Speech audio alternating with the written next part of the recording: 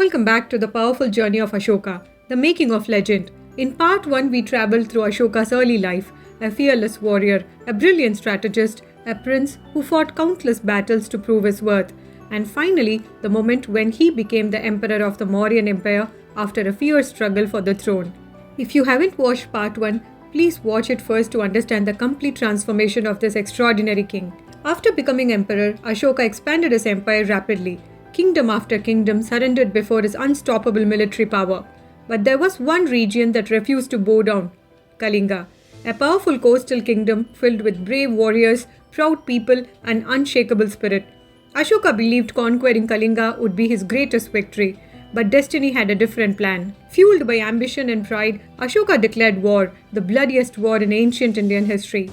The battlefield was filled with roars of soldiers, clashing steel, screams, and chaos. The war raged for days. Thousands fell, cities burned, families were destroyed. Ashoka stood victorious. The flag of Mauryan Empire was raised over Kalinga.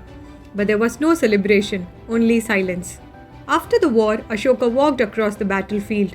Dead bodies, wounded soldiers crying for water, mothers holding lifeless children, rivers of blood flowing across the land once filled with life. One old woman cried, looking at Ashoka, "You call this victory? You took everything from us." Those words pierced his heart like a sword. And in that moment, the great warrior king broke down. Ashoka fell to his knees, tears running down his face. For the first time, he felt the unbearable weight of what he had done. He whispered to himself, "Is this the success I wanted? Is this the glory I dreamt of? If thousands must die for one throne, then I don't want that throne." That day changed Ashoka forever. The king who once believed in conquering with violence now understood a deeper truth. And here comes the powerful lesson we learn from this chapter. Pain is the greatest teacher. Success achieved through force never brings peace. True victory is not winning over others, it is winning over oneself. When Ashoka realized the suffering caused by his ambition, he transformed.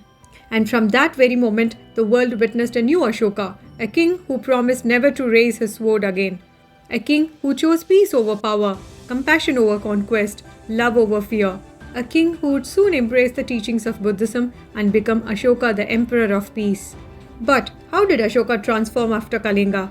How did Buddhism change his heart completely? How did he spread peace through thousands of rock edicts around the world? All this and the extraordinary final chapter of his journey we will reveal in part 3, The Rise of a Legend.